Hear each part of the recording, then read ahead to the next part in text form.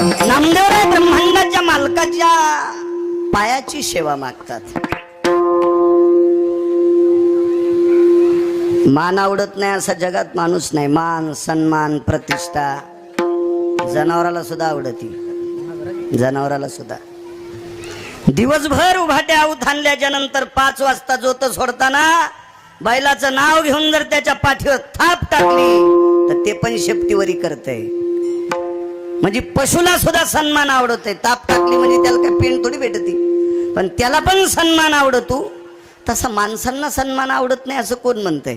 पण सेवा आवडत नाही. सेवा फक्त ठराविक लोकांनाच आवडते. विठाला विठाला.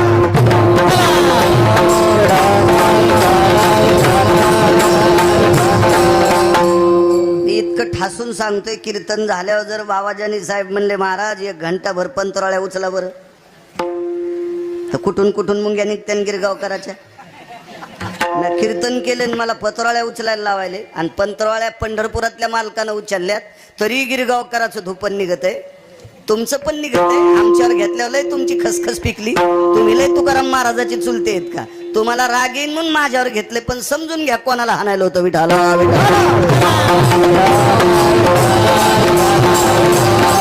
तेव्हाही आवडत नाही.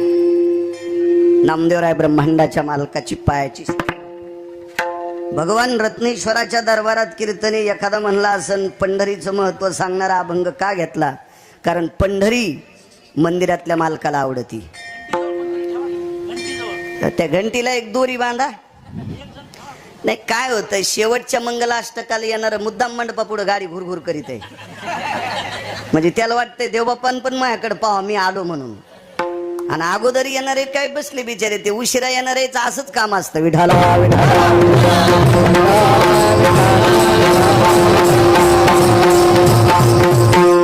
पंढरी आहे भगवान रत्नेश्वराचं आवडीचं ठिकाण आहे.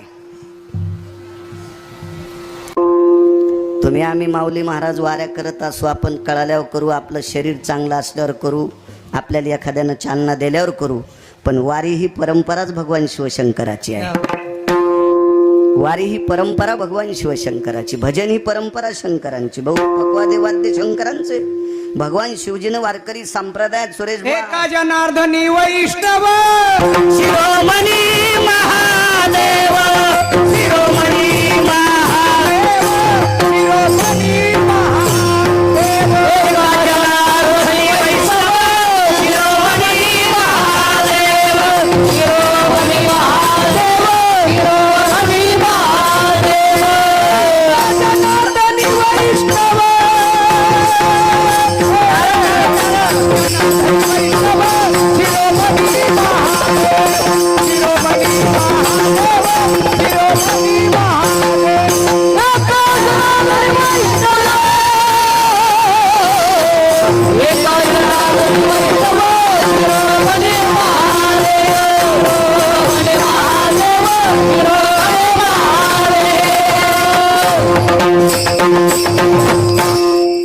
नंतर कीर्तनकार झालेत, नंतर भजन करणारे झाले, नंतर पक्वाद वाजणारे झाले. अगोदर भजन भगवान शिवशंकरांनी केलं. मृदंग हा इंद्रानं वाजिला त्यांच्या भजनात. नारद आणि तुंबर त्यांनी सोबत घेतले भजना करता. सुर नर किन्नर नारद तुंबर गाते निरंतर रे माधवा मुरली मनोहर रे. नारद तुंबर भजन परंपरा. भजन करे महादेव. भजन ही परंपरा भगवान शिवजींची. वारकरी संप्रदायाची स्थापना भगवान शिवशंकरांनी केली. गिरगावकर सांगतो म्हणणे ऐकायचं. पैठणच्या मालकांचं वाक्य. एका जनार्दनी वैष्णव शिरोमणी महादेव. आपण वेळ भेटल्याच्या नंतर वारीला जातो. सुखसोयी प्राप्त झाल्याच्या नंतर वारीला जातो. काशीतल्या मालकांची रत्नेश्वराची नित्यवारी आहे. नित्यवारी आहे. तुम्हाला नित्य विश्वनाथ भेटू शकत नाहीत, पण तुम्ही जर पंढरपूरला गेले तर विश्वनाथाचं दर्शन झाल्याशिवाय राहत नाही. याच्याकरता पंढरपुराकडे पाहत जा, बघत जा. मालकाच्या पायाची सेवा नामदेवरायनं मागितली. नामदेवराय का मागतात? पायात ताकदच मोठी हो, फार मोठी ताकद आहे पायात. एक मुद्दा मांडतो तुमच्या पुढे. या विश्वातल्या सर्वात मोठ्या तपस्वीच्या पायापाशी एक नालायक गेलं. काही त्याला कवडीची अक्कल नाही, त्याला ज्ञान नाही, त्याला शास्त्र नाही, त्याला पुराण नाही, त्याला वेद नाही, त्याला काही कळत नाही. असा एक व्यक्ती एका अधिकारी व्यक्तीच्या पायाजवळ गेला आणि काय कर्मनो गती, त्याला काय भाव आवडला, त्या अधिकारी व्यक्तीचे त्यानं पाय धरले. तो जगातला एक नंबरचा तपस्वी आहे, विश्वातला एक नंबरचा तपस्वी. त्या व्यक्तीचं नाव आहे विश्वामित्र. दर्शन घेतलं पण पायच सोडणं. महाराजांनी सांगितलं उठणार रे, नाही म्हणले पाय नाही सोडणार. किती वेळ धरणार तू पाय? नाही म्हणले पाय सोडणारच नाही. पाहिजे तुला काय? मला स्वर्ग पाहिजे. महाराजांनी डोळे झाकून विचार केला तर बायकोनं त्याला आदरानं जीव घालावा इतकं सुद्धा त्याच्याकडे पुण्य नव्हतं. त्याच्या बायकोनं त्याला आदरानं जीव घालावा इतकं सुद्धा त्याच्याकडे पुण्य नव्हतं. आणि त्याला स्वर्ग कसा भेटल? आणि बायका सगळ्याला सात्विक असतात का काय? आम्ही एका घरी जेवायला गेलो. जेवायला गेल्याच्या नंतर रस पापड्या कुरड्या सगळं रसाचे दिवस होते. जेवायला केलं, एका सांग जेवलो. जेवल्याच्या नंतर सोबतचे म्हणले चला. अरे तसं नाही, ज्या बायकांनी स्वयंपाक केला त्यांना जेवू द्या, मग यजमान आपल्याला वाटे लावी. मग त्यांना सांगितलं तुम्ही दोघी चौघी जेवायला बसा. बसल्या. त्या घरची एक होती, शेजारनी तिघी जणी, चौघी जण जेवायला बसल्या. मला फोन आला, मी बाहेर गेलो. येताना पाहतो तर स्वयंपाक घरात डोकून बघितलं तर चौघी जेवायला बसले, एक जण भजे खात नव्हती. तिघी जणीच्या ताटात भजे पापड्या कुरड्या सगळ्या होत्या. आणि जी खात नव्हती ती यजमानाची बायको होती. आम्हाला ज्यानं जीव घातलं त्याची बायको होती. त्याला म्हणलं का हो तुमच्या मंडळी भजे खात नाहीत? नाही म्हणले खाती. आता का खात नाहीत? नाही म्हणले ती तळतानाच खाती. ती भजे तळतानाच खाती, ती गार झाल्यावर खात नाही. मग अशी ज्याला भेटली असेल किती गोड बायको पान, अशीच त्याच्या जीवनात होती. महाराजांनी विचार केला सभार्याय भोक्तव्यम हृदयव्यथाय जायते निहान हितार्थायम जठरा नलोतृप्तावसा नैवम गिरगावकर लिखितम. त्याचा जठराग्नी शांत करण्याची ताकद जिच्या ते तिला पत्नी म्हणतात. ती पत्नी जर त्याला सात्विक भेटली नाही तर त्याला स्वर्ग भेटणं इतकी सोपी गोष्ट आहे. स्वर्गाच्या गप्पा आम्ही आणतो पण स्वर्ग स्वप्नात तरी आहे का आमच्या? इतकं सोपं आहे का स्वर्गात जाणं? स्वर्गात जाण्यासाठी नुसत्या पुण्यानं होत नाही, अजून एक ताकद लागती, अजून एक हिंमत लागती. ती यमाच्या डोक्यावर पाय द्यायची ताकद पाहिजे. जगा काळ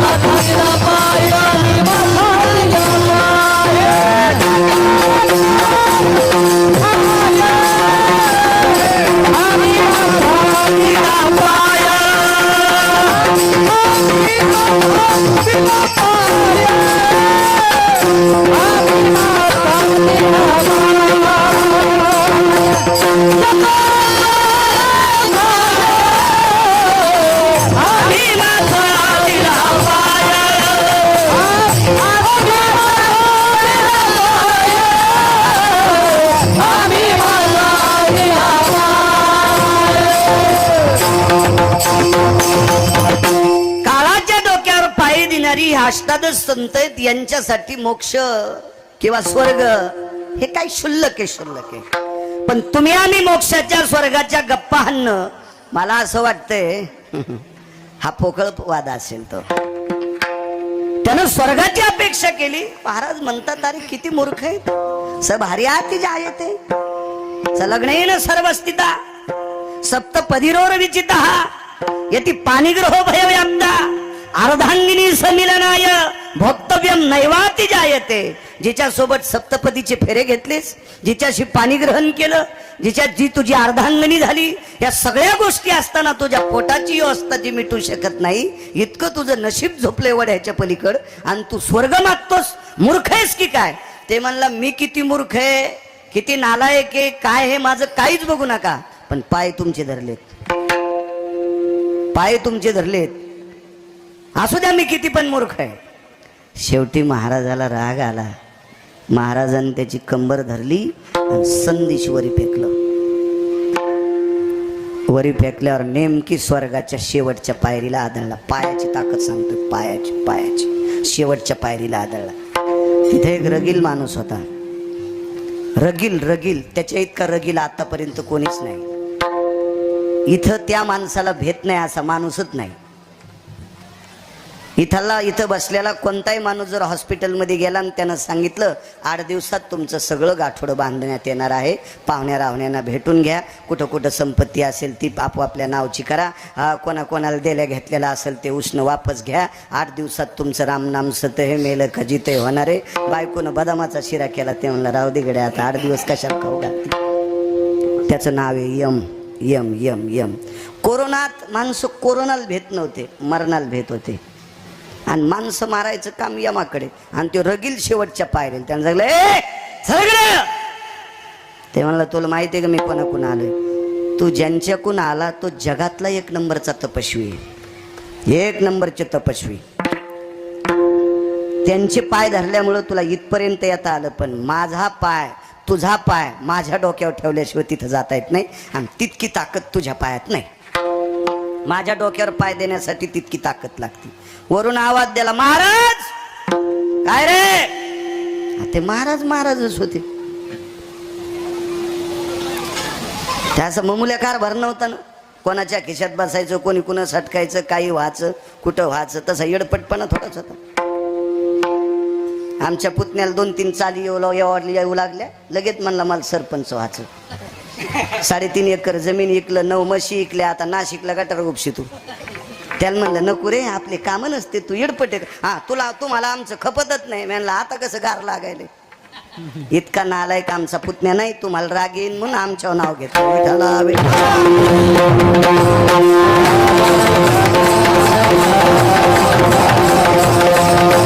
महाराज आहे, कोणी येऊ देत नाही. दक्षिणेचा राजा यम. आवाज द्याला यमराज. लट लट लट लट यम कापू लागला.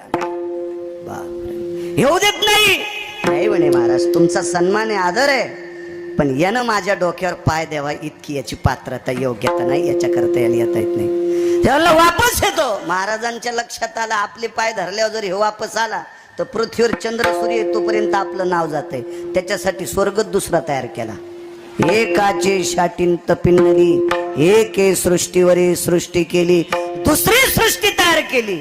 पाय कोणाचे धरले? एका अधिकाऱ्याचे. श्रुतीनं प्रश्न केला माऊली महाराज त्याला, का रे तू महाराजाचे पाय धरून इथं आलास? ते म्हणले श्रुती माते मला काहीच सांगू नकोस, मला काही कळत नाही, मला फक्त कीर्तनात स्वर्ग ऐकिलता, याच्याकरता स्वर्गाची अपेक्षा केली आणि त्यांच्या पायामुळे इथं आलो. त्यांच्या पायात काय ताकद आहे मला काही विचारू नकोस, तू जाईन विचार. श्रुती खाली आली आणि महाराजांना विचारलं, महाराज तुमचा पाय धरल्याच्या नंतर बेलायक सुद्धा माणसं, लायक सोडून द्या, बेलायक सुद्धा स्वर्गात येतात, इतकी तुमच्या पायात ताकद काय?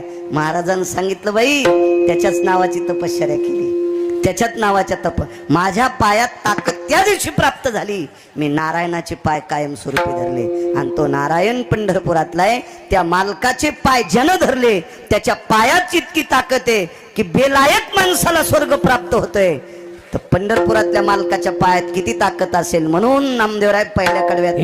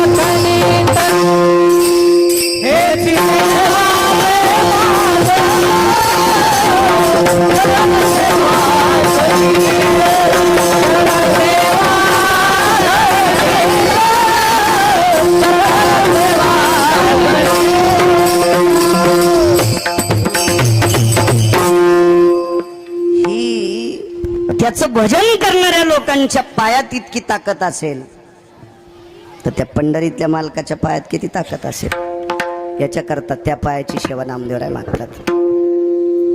मालकाचे पाय बघा, रत्नेश्वराचे पाय. आपण काय होतो माहितीये का, नेहमी सरतो आणि देखाव्याची नियम जास्त घेतो. एक जण म्हणला, काल परवाला भेटला, म्हणला आता अमावस्याच्या दिवशी दाढी कटिंग करायची, पुन्हा महिनाभर करायची नाही. ते म्हणलं असं का नाही, म्हणलं आपला नियम आहे श्रावण मासात दाढी करीत नाही आणि तंबाखूचे 3 तोटे खातू. तुला हाणायला पाहिजे, यम इतका हानीन सोमळ्या तुला. तुझ्या दाढीचे केस इतके पवित्र आहेत का महादेव तुझ्या दाढीत बसायला? जंगळलेल्या गोचडं बसायचे नाही तुझ्या दाढीत. आणि महादेवासाठी दाढीचा त्याग करतो नुसता. तंबाखू खातू, गुटके खातू, बिड्या फुकी तू, कारखान्याचं बॉयलर पेटल्यावानी. हे नाटकेत लोक जास्त झाले. विठाला विठाला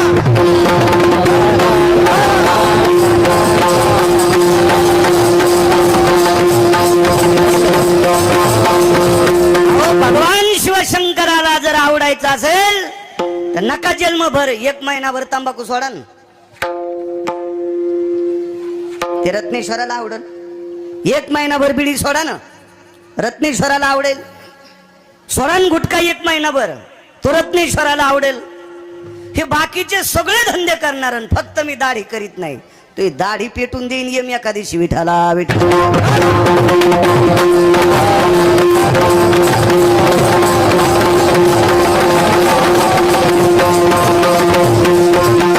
हे नाटकी परमार्थ जास्त. तंबाखू वाढवणी काढीला जातो.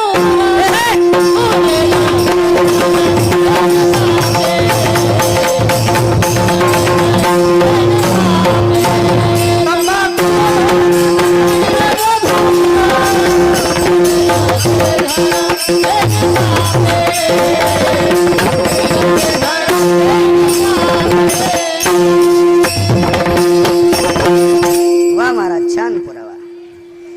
ही तंबाखू ओढून जो कोणी धूर काढील त्याची सोय राजो सोय. अशी सोंग नाही. इथं 10 4 2 बारे आलो मी.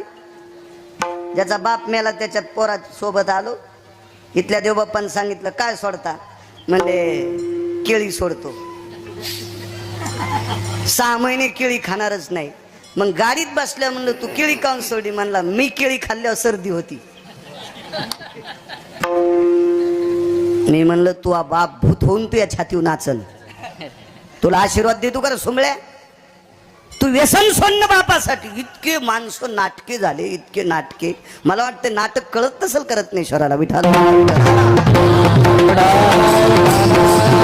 पाय किती पवित्र आहेत रत्नेश्वराचे. पंढरीतल्या मालकाचं भजन करणाऱ्याचे पाय किती पवित्र आहेत सांगितले. तर मालकाचे पाय किती पवित्र असतील तो भाग सोडून द्या. हे रत्नेश्वर मालक रोज पंढरपुरातल्या मालकाच्या भेटीला जातात. रत्नेश्वराचे पाय किती पवित्र. देवर नावाची एक व्यक्ती, नित्य शिवजीची उपासना. पायापाशी राहणारी माणसं अधिकारीच असतात. हो, पायापाशी राहणारी माणसं नम्र स्वभावाची असतात आणि पायापाशी राहणारी माणसं मोठीच होत असतात. एका बाईला 2 पोरं, दोन्ही पोराचे लग्न झाले. एक सुंदर बऱ्या घरची भेटली, गंथडीची होती, आणि एक आमच्या तिकडची डोंगरहाटीची. पिकलबर्डी तर कळडी घोडी नाही तर उदो आंबाबाईची पडली. तुमचं मोठा वाडा पोकळवा सवारा जाई भासा भासा. तुमचं काय बाबा, ऊस काय केळी काय, इकडची होती. मग इकडची तिकडं आली कधी मध्ये माहेरात की ऊसाची मुळी घेऊन यायची, केळीचा घड घेऊन यायची, भैमुगाच्या शेंगाचा आणायची. आमची काय हुलगा आणि का. पण सासूलय शहाणी बाई, बबीनं केळीचा घड आणला, पाडाचा घड आणला, बाई पाहणं ऊसाची मुळी आणली, इकडं दात लावला की काठा लोक सोलतोय असा नरम ऊस आणला. मग ती एके दिवशी मला म्हणली, महाराज आत्या मला जरा नीट बोलतच नाही तर. आमच्या जाऊबाई माहेरात श्रीमंत आहेत, त्या काही बी आणतात. मी म्हणलं कायमस्वरूपी तू या आत्यानं जीव लावा, असं तुला करायचं असेल तर पठ्ठ्याचं औषध घे. बाई औषधाला पैसे म्हणलं रुपड्या लागत नाही. संध्याकाळी तू काम करून आली, सासू जेवली की सासूची घंटाक्षी पाय दाबी जाय. महिना गेला. या गंगथडीची न सासूला 300 रुपयाच्या चोळीचा खन्याला, तरी सासू नाव पाय धरणारीच घ्याली. ती माझ्याकडे आली, काय औषध दिलं? म्हणलं काय नाही, तो पैशाचं औषध आहे, तिचं सेवेचं औषध आहे. सेवा होकत नसती. आणि जे पैसे देत असतात का ते सेवा करीत नसते, ते निबरडग असते, ताडावानी वाकतच नसते. आणि सेवा करणाऱ्याकडे पैसे नसले तरी त्यांची किंमत असते. कायमस्वरूपी सासूच्या अंतकरणात तिचंच नाव पाहायची ताकद. आमचं बैल सुटलं एके दिवशी पिस्तोल्या नावाचं, बंदुक्या पिस्तोल्या बैल होते दोन. नाद आहे मला शेतीचा चांगला, म्हणून तर इतका टकटक बोलतो. एक जण म्हणला इतकं रगिलो आणि इकडे बंद पाड्या. मी आणलं अरे सुमळ्या कव्हा बंद पाडायचं तर पाड निघला पठ्ठ्या कापस खुरपायला, तू काय ताण घेतो, शेतकरी राजा आहे म्हणलं. बंदुक्या सुटला आमचा पिस्तोल्या, गेला एका माणसाच्या मकात. आता बैल बैल आहे, त्याला काय कळत का किती खावा आणि किती नास हो, बैलच हो. लय बैलाला कळत नाही. या बैल का कमी आहेत का 2-2 पायाचे. ते बैल कस काय गड्याल म्हणलं कस काय, म्हणले महाराज ते चराट खाते, कासरा खाचा नाद होता. असा चावायचं चावायचं चावायचं आणि पहाटे 3 वाजता बैल जायचा मकात. गड्याल म्हणला अरे सांग ना ते बैलाला काही साकळ्या गिकळ्या लाव ना काही. नाही म्हणले महाराज ते नाही नाही बाबा. इतका बैल त्यानं काठीनं मारला. तो बैल हसू लागला. बंदुक्या पिस्तोल्याला मारल्या. पिस्तोल्याला शहाणा, पिस्तोल्यानं दुसऱ्या दिवशी बंदुक्याचा कासरा खाल्ला आणि मग त्याचा खाल्ला आणि त्यालाही नेलं. बरेच पिस्तोले एकटे घेत नाहीत. झोप म्हणालो आम्ही, ते दुसऱ्या पिस्तोल्याला सोबती करते. मग काही अशा कासरा खाणाऱ्या बैलायच्या नाही ना आधी लागलं पाहिजे. गेलं बैलन मका खाल्ली. माणूस जरा धाड होता, म्हणला बाळू महाराज गुणान महाराज म्हणालो याच्यानंतर जर बैल आला तर रट्टे देईन. म्हणलो बापरे, मी दृष्टांत पुढलं म्हणालो. मी इतका येडा आहे का माझे बैल त्याच्या शेतात जाऊ द्यायला. पण बैल गेला हो. सकाळी निरोप आला, संध्याकाळी उद्या सकाळी चावडीवर यावं लागते. आणि त्याचा नियम होता 5-50 माणसं बोलवायची आणि तितक्या देखता 2-3 सुंदऱ्या आणायच्या. त्या सुंदऱ्या वादीच्या असतात, हातात नरम पण लागल्यावर कातळच काढी ती सुंदर. आता नाईलाज होता, बैल गेले. संध्याकाळी कीर्तनावरून आलो, निरोप लागला उद्या सकाळी तुम्हाला 5 फटक्याची शिक्षा आहे. काय हरकत नाही. आमची आजी म्हणली बाळू लय मारी तरी मेलं. म्हणलं आजी काळजी करू नको, मला मारीत. अरे त्यानं त्याच्या काकाला मारलंय तर तू कोण भावकीतला माणूस. म्हणलं आजी तू काळजी करू नको, मला बाळू म्हणतेत. काय काय हितचिंतक आले. कसं हो महाराज तुमचं. म्हणलं हो द्या कसं. बनिली 2-3 घाला, म्हणजे जरा कमी लागल. अरे म्हणलं तुम्ही 10 घातलं घाला म्हणल्यावर घालतो, पण ते काढायला लावतो ना तिथं. ते म्हणतात बनेला अंगात ठेवायची नाही, उघड्या पाठीत चपके हाणणार. मारुतीच्या मंदिरापाशी चावडी अशी ते बसलेलं, चावडीत बुट गिट त्याचे थाट गिट त्याचे भोवतालचे माणसं सगळे असे बसलेले. मारुतीरायाचं दर्शन घेलं. धोत्र गुंडाळलेलं होतं, लुंगीत लावली ती धोत्राला. आल्याबरोबर काय काय म्हणले वा वा वा वा वा लय महाराष्ट्रातलं तूप खातोय, आता पाहन कसे चपके खातो म्हणले. माणसं साधे असतात का, आग्या मोहळाच्या माश्या. ज्यानं धुपण आणलं त्याला कांदा काढू देतात आणि ज्यानं गण लावला त्याला डसत्यात. माणसं म्हणजे माणसं. अशी सुंदरी हालू लागलं बहुतेक, रबलाची सुंदरी अशी. मी वाकत वाकत गेलो आणि त्याचे पाय धरले. मी म्हणलं दादा याच्यानंतर तुमच्या रानात बैल येऊ द्या. चल चल चल हो बाई हाय कोणी तुका म्हणे पाय पाय धरल्या नचले बरं, पाय धरल्या नचले बरं. तुका म्हणे पाय धरल्या नचले बरं, पाय धरल्या नचले बरं, पाय धरल्या नचले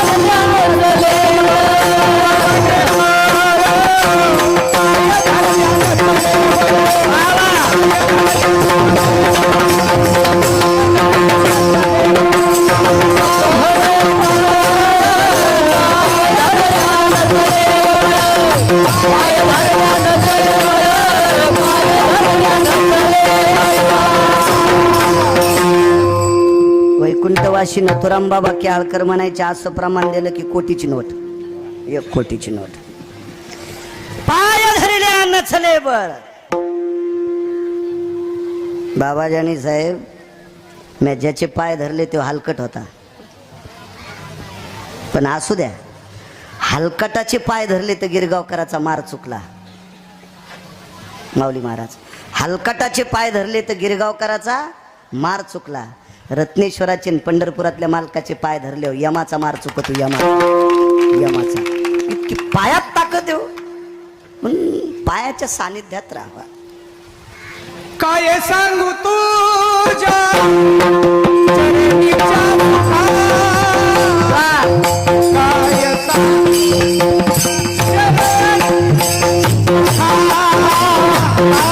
सांगू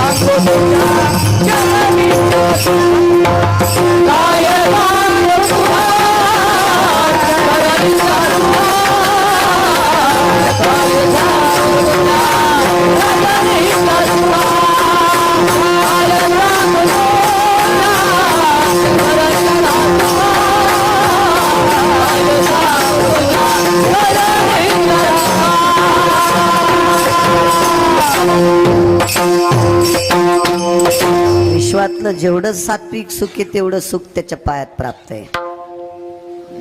त्याचे पाय धरण्यासाठी जातीचा समन नाही, त्याचा पाय धरण्यासाठी पंथाचा समन नाही, त्याचे पाय धरण्यासाठी गरिबी श्रीमंतीचा समन नाही, त्याचे पाय धरण्यासाठी पुरुष किंवा स्त्री याचा समन नाही. श्रद्धेनं त्याचे पाय कोणी धरा कोणी धरा कोणी धरा. वारांगणीची कन्या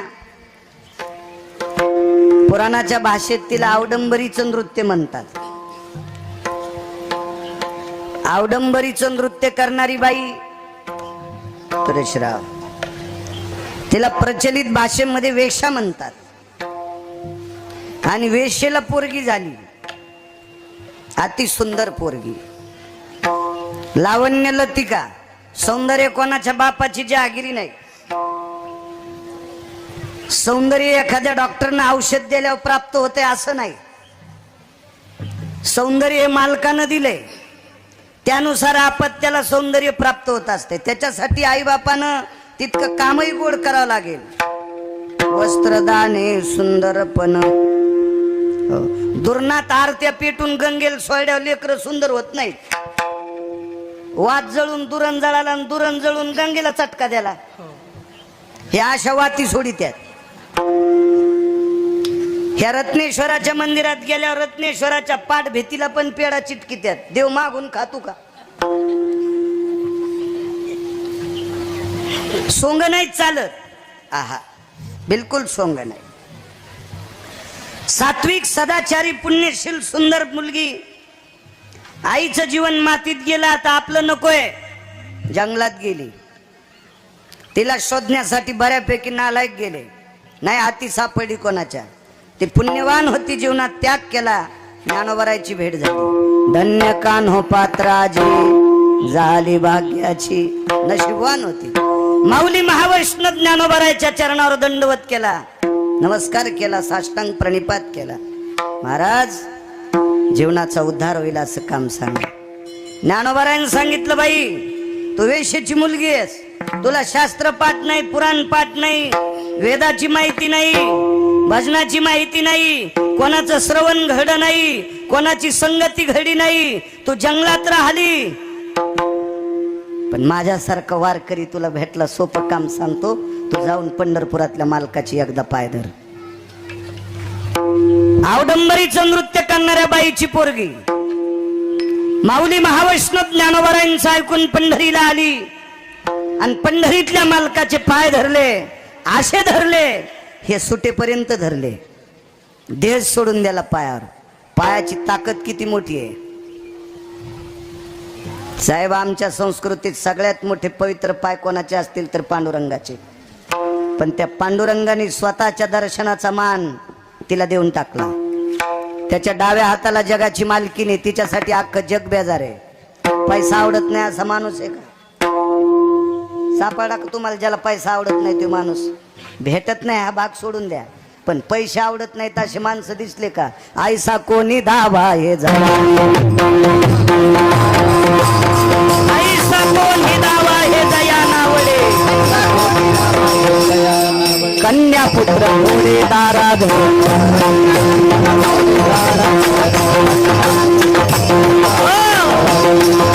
पैसा आवडत नाही माणूस, आईसा कोणी दावा हे जया नावडे, कन्या पुत्र घोडे दाराधन. दारा म्हणजे बायको. एक जण म्हणला मी लग्न केलं नाही, मी ब्रह्मचारी संन्यासी आहे. तुला बी नाही सुटलं, नाही त्या सुटली द्रव्य माया, नाही त्या सुटली द्रव्य भस्मगंध छाया तरुवराची.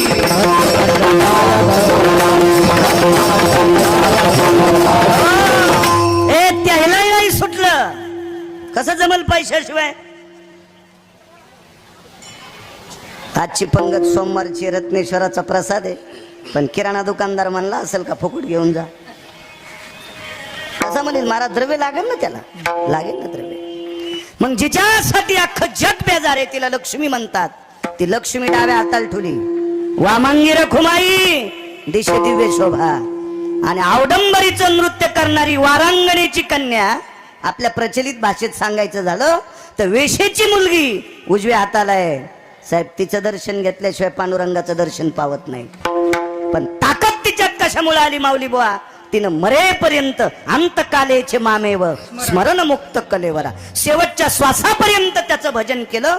जोपर्यंत दिसतंय त्याचं अंतकरण अंतकरणात ठेवलं, आणि दिसतंय तोपर्यंत त्याचे पायच पाहत राहिली. आणि प्राण सोडा विटेवरच्या मालकाचा आणि जगाच्या मालकिनीचा दर्शनाचा मान तिने स्वीकारला. सेवा कशाची घडली? फक्त पायाची. म्हणून मालक पहिल्या कडव्यात म्हणतात,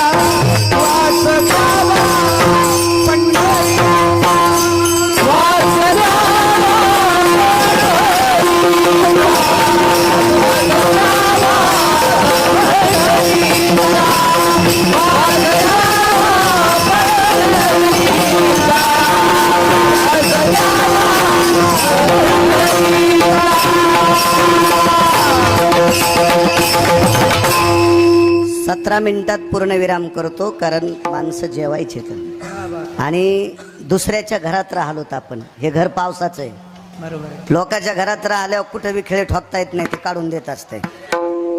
आणि एवढी मोठी आज शक्यतो चिमुकलं लेकरू सोडून दिलं तर शक्यतो सगळ्या लोकांना सोमवार असते. तर म्हणून एवढा मोठा गोड रत्नेश्वराचा प्रसाद आदरणीय बाबाजींनी साहेबांनी केलाय. तो रत्नेश्वराचा प्रसाद आहे, तो सर्वांच्या मुखात जावा. म्हणून बरोबर वेळेत एकच्या पुढे जाणार नाही. मला कळतंय समय जाणार. आपल्या रानात काही आऊत हाना, नांगर हाना, दुसऱ्याच्या रानात कशाला ट्रॅक्टर. मर्यादा ते बरी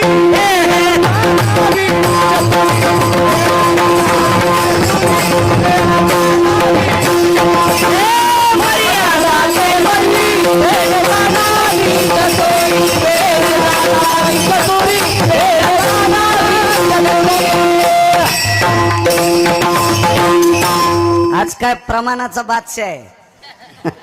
काय प्रमाणाला कमीच नाही. वा आपली आपली मर्यादा असावी. काय पायातली ताकद महाराज. कानोपात्रेचं जीवन पायानं उजळलं. तुमच्या क्षेत्रातलं सांगतो बाबाजानी साहेब, तुमच्या क्षेत्रात सुद्धा मोठ्याच्या जवळ राहणारे लोक मोठेच होते. जे मोठ्याला सोडून इकडं तिकडं फिरत आहेत का ते भावऱ्यातच गुटमाळले. हो, मोठ्याला सोडून जे बाजूला गेले का ते तसेच गेले इरवाड कंस. हो, ते पाखरायलाच गवसतेत. ते काही मळणीत येतच नाहीत, खळ्यात येतच नाहीत. आणि राहिले ताटाला तर पेंडीत जातेत आणि मग उंदरायचा सोळसोळाट वळही टोकरून टाकत येत. हे रिकाम टेकडे भावताल फिरत येत काय नुसते. हे काय कामाचे नाही. पायाजवळ्याला किंमत असते तुमच्या क्षेत्रात. पण आजचं सांगत नाही मी. राजकारणातले 5 डॉन पाहिले. तुम्ही नंतर राजकारणात आले. पहिले डॉन जगदानंद कंद जगतपती कृष्ण परमात्मा. त्याच्यानंतर राजकारणातला डॉन झाले विदुर काका. विदुर काका सारखा 2 नंबरचा, खरं तर 1 नंबरचेच होते पण मोठ्यांना मोठं मानणारे होते. त्याच्यानंतर कनक नावाची व्यक्ती झाली. आणि 5वा राजकारणातला डॉन कोण असेल तर रयतेचे राजा छत्रपती शिवाजी महाराज. त्यांना पाय कळत होते. छत्रपतींना तुकोबारायचे पाय कळाले. छत्रपतींना तुकोबारायचे पाय कळाले. समाजाची नाड लक्षात आली. तुमच्या क्षेत्रात पायाला मोठी किंमत आहे. राजकारणातला 1 नंबरचा डॉन कृष्ण यांचे पाय अर्जुनानं धरले. आणि येडगळ दुर्योधन्या होता. येडगळ होता दुर्योधन्या. सुभाषराव त्याला आखलीचा कांदा नव्हता. ते दुर्योधन्या उठला आणि देवाच्या उशाला बसला. मी त्याला दुर्योधन म्हणत नाही, दुर्योधन्या म्हणतो. बिनाकली होता दुर्योधन्या. मोठी भाऊजाई आई समान मांडीवर बसली. त्याला संप्रदायात किंमत आहे का?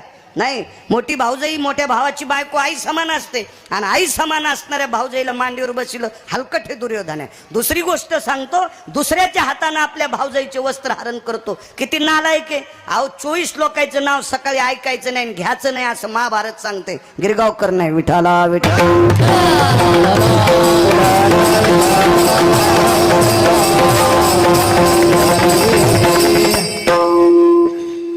ते दुर्योधन आणि अर्जुन गेले.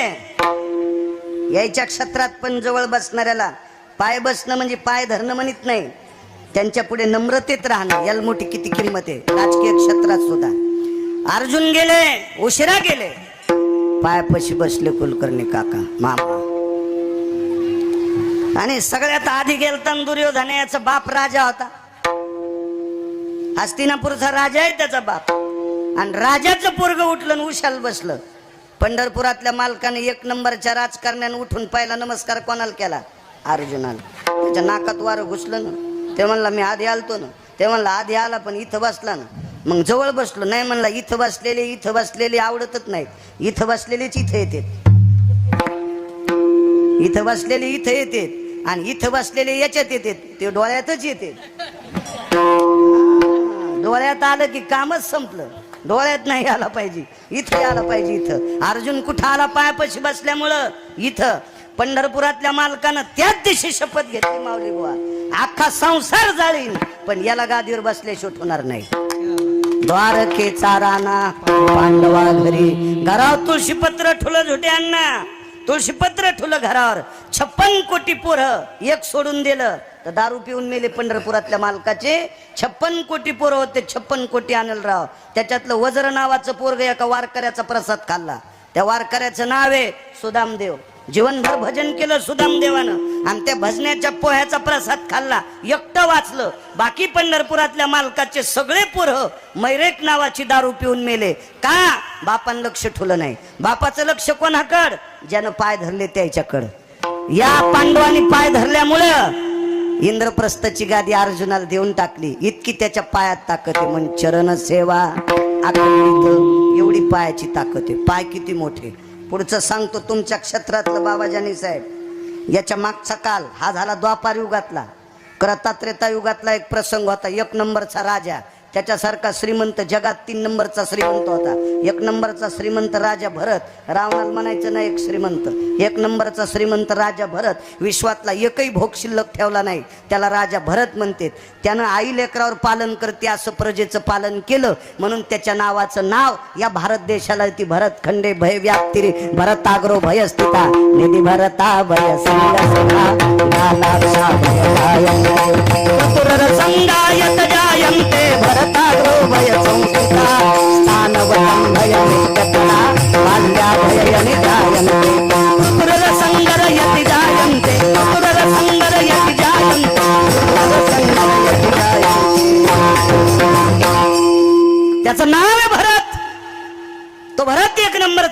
नंबरचा रावण आहे, प्रभावशाली रावण, श्रीमंत रावण, रत्नेश्वराचा भक्त आहे.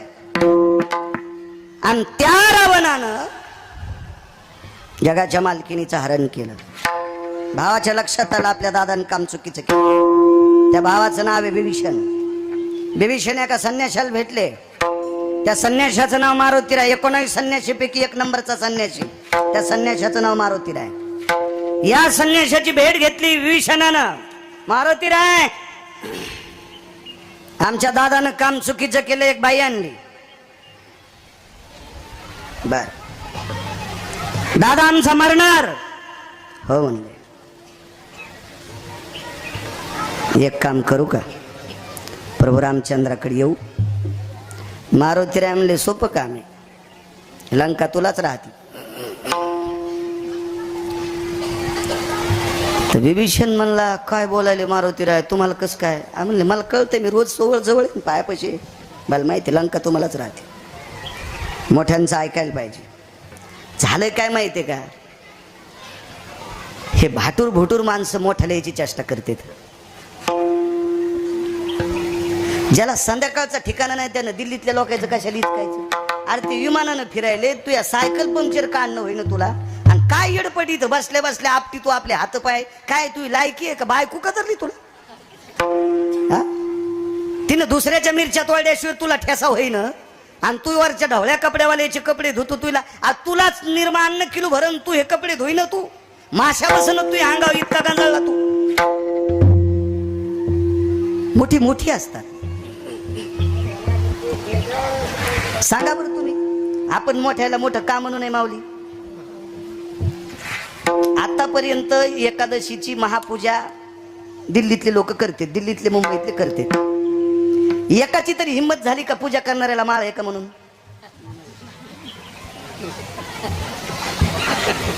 महापूजा करणाऱ्याला माळ आहे का अशी एकाची तरी हिंमत झाली का आतापर्यंत?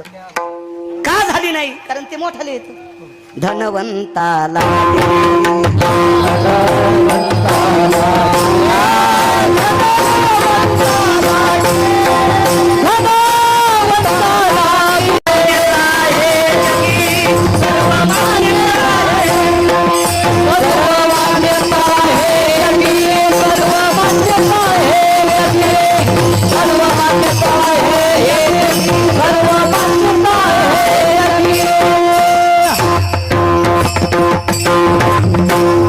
पैशाला किंमत आहे. इथलं उदाहरण सांगू का? बांगड्या कधीच आरशात पाहायच्या नाही. खुर्चीवर कोण कोण बसलेत तुम्हाला एकूण एकाची शपथ आहे. मोठालेच बसले का नाही? म्हणजे मी उपेक्षात्मक बुद्धी नाही बोलत, मला वस्तुस्थिती आवडते. मला बॉयलजनला त्रास आहे म्हणून मला सोपा टाकला, तुम्हाला काऊन नाही टाकला? सोपं उदाहरण आहे का नाही? म्हणून छोट्यांनी मोठ्यांची चेष्टा कधी करायची नाही. छोट्यांना जर मोठं व्हायचं असेल तर मोठ्यांच्या पायाजवळ राहा, निश्चित मोठे होतात. निश्चित मोठे होतात. निश्चित. पायात विठ्ठला ठेवी पायात विठ्ठला ठेवी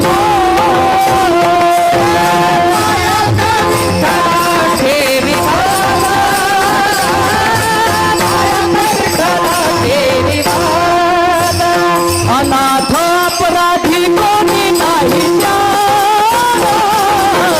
पायात विठ्ठला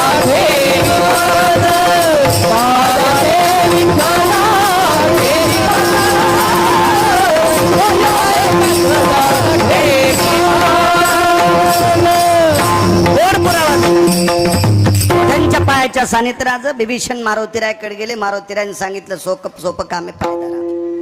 गेले पायदारा. मारुतीराय पुढे, पाठीमाग विभीषण आहेत. शिबिरात पोचले. प्रभू रामचंद्र दाखवले हे रामचंद्र आहे. विभीषणाने पाय धरले. को बाबा कोण? विभीषण आहेत, लंकेच्या राजाचा भाऊ आहे.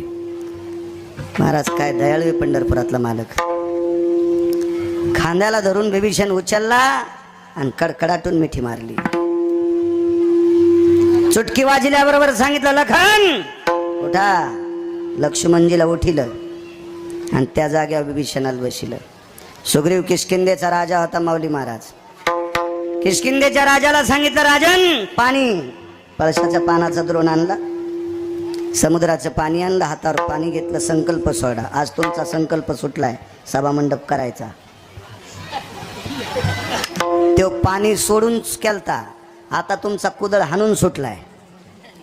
आता फुटिंगचा खड्डा व्हावाच. संकल्प जमतो, इतकी सोपी गोष्ट आहे का ती? आणि पूर्वीचा काळ वेगळा होता. करिंगे, करीन, पाहू, आमक. या इंटरनेट जगामध्ये डोक्याच्या केसा इतकी सुद्धा चूक चालत नाही, इतकी सुद्धा चूक चालत नाही. हातावर पाणी घेतलं आणि संकल्प सोडायचा.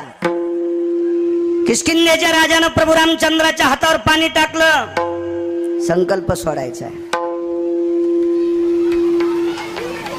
मारुतीरायन हात दाबला. देवा काय देणार आहेत? काय नाही म्हणले, त्याच्या भावाचं घ्यायचं आणि त्याला द्यायचं. मी काय आणलंय म्हणले द्यायला? मीच जंगलातले फळं खातून माझो काय अंगाला साल गुंडाळलेली, काय देणार आहे मी? संकल्प सोडा विभीषणा, लंकेचा राजा तुला करीन. नामदेवराय पंढरपुरातल्या मालकाला विचारित होते, देवा ज्यानं तुमची पत्नी चोरून नेली त्या रावणाचा सक्का भाऊ आहे विभीषण.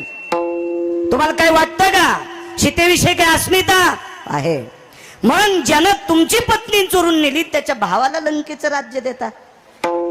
भगवान पंढरीश पांडुरंग परमात्मा म्हणतात, नामदेवा याच्या करता लंका देऊन टाकली, त्यानं माझे पाय धरलेत. शरणांगता वज्र पंजरू, पाय धरणाऱ्या माणसाला वाया जाऊ देत नाहीत. हो, मोठ्यांच्या पायात ताकद असते. नामदेवराय स्वतःहून म्हणतात, खर तर बिभीषण मारायचा होता, शक्ती बिभीषणाच्या अंगावर टाकायची होती. पण प्रभू रामचंद्रानं सांगितलं, त्यानं आपले पाय धरले, त्याच्या केसाला धक्का लागता कामा नाही.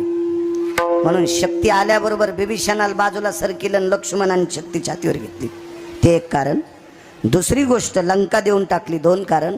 आणि श्रुतीनं प्रश्न केलता, रामचंद्र काय ग, बिभीषणानं तुमचे पाय धरले म्हणून तुम्ही लंका देऊ केली, लंकेचा संकल्प सोडा, लंकेचा राजा तुम्ही केलं, करीन असं सांगितलं. रावण तर मेलाच नव्हता, मग त्याला राज्यपद तुम्ही देणार कसं?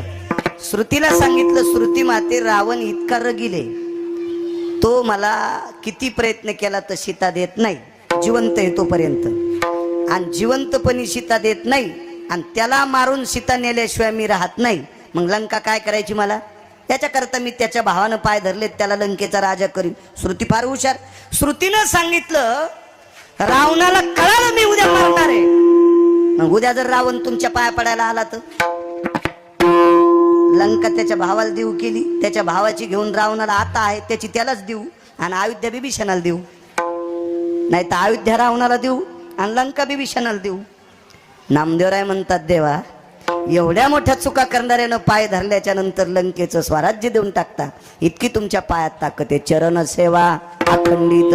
म्हणून मला देवा फक्त तुमच्या पायाची सेवा पाहिजे. पाय फार मोठी ताकद. तुम्ही अजून मी लक्षात घ्या, पायाजवळचे लय बेजार होत नाहीत, भावतालचे लय येडे खाते.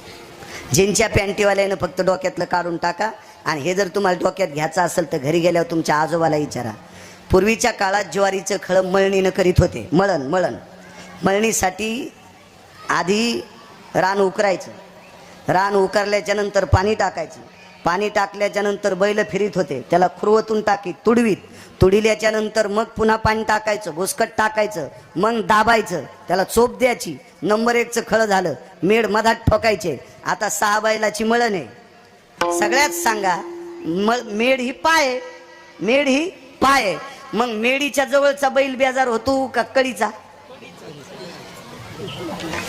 पितळे गुरुजी, कडीचा.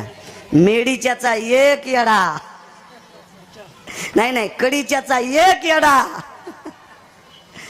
याच्या 25 येड्याची बरोबरी करतोय. 25 येड्याची. आणि कडीच्याला काय नुसतं गुरु गुरु गुरु गुरु गुरु. आगा वृषभाचे निकळे, मेडी सोयीचे निआवळे, पदन्यासा निराळे न थकेची गा. लिखितम. मेडी निर्जीव आहे, पण निर्जीव मेडीच्या पायापाशी असलेला बैल सुद्धा थकत नाही. पायाच्या लांब गेलेला बैल संगच गाड्याला घ्यावं लागती वंजळ, नाही तर मग ती ज्वारी खराब होईल ना, ते शेण पाड्यावर फेकून द्यावं लागतं. गड्याचे पण हात भरी तू, मला हाणणाऱ्याचे पण हात भरी तुला आमचा बैल. बरं काय करीन इतकं, म्हणजे तुम्ही कुठलंही पहा. जात्याचं जर उदाहरण पाहिलं, वेळ संपला वाटतं आपला. जात्याचं जर उदाहरण पाहिलं, 1 वाजून 1 मिनिट झाला, 2 मिनिटं घेतो. बाई दळायची, जुन्या काळातल्या बायका दळायच्या. शानी बाई दळायला बसल्याच्या नंतर दळणाच्या शेवटी पाळू उचलून त्या पायाच्या भोवतालचे धान्य पांगीत होती. येडील काय कळत, ते धान्य माझा ठुलं की वळीन बागूस तू जातो खराब करते ना, पण ते पायाच्या भोवतालचे दाणे फुटतच नाहीत. एक जणांनी विचारलं, सगळ्या दाण्याचं जातं पीठ करतंय त्या दाणे? नाही, ज्या धान्यानं पायाचा संग केला त्या धान्याचं पीठच होत नाही. मग जात्याच्या पायात इतकी ताकद, खळ्याच्या मेढीत इतकी ताकद, तर रत्नेश्वराच्या पायात किती ताकद असेल. महाराज, या रत्नेश्वराच्या पायाजवळ राहिलेला धीवर जळालेली बायको पुनश्च जिवंत करतो. वेळ संपला. विठोबा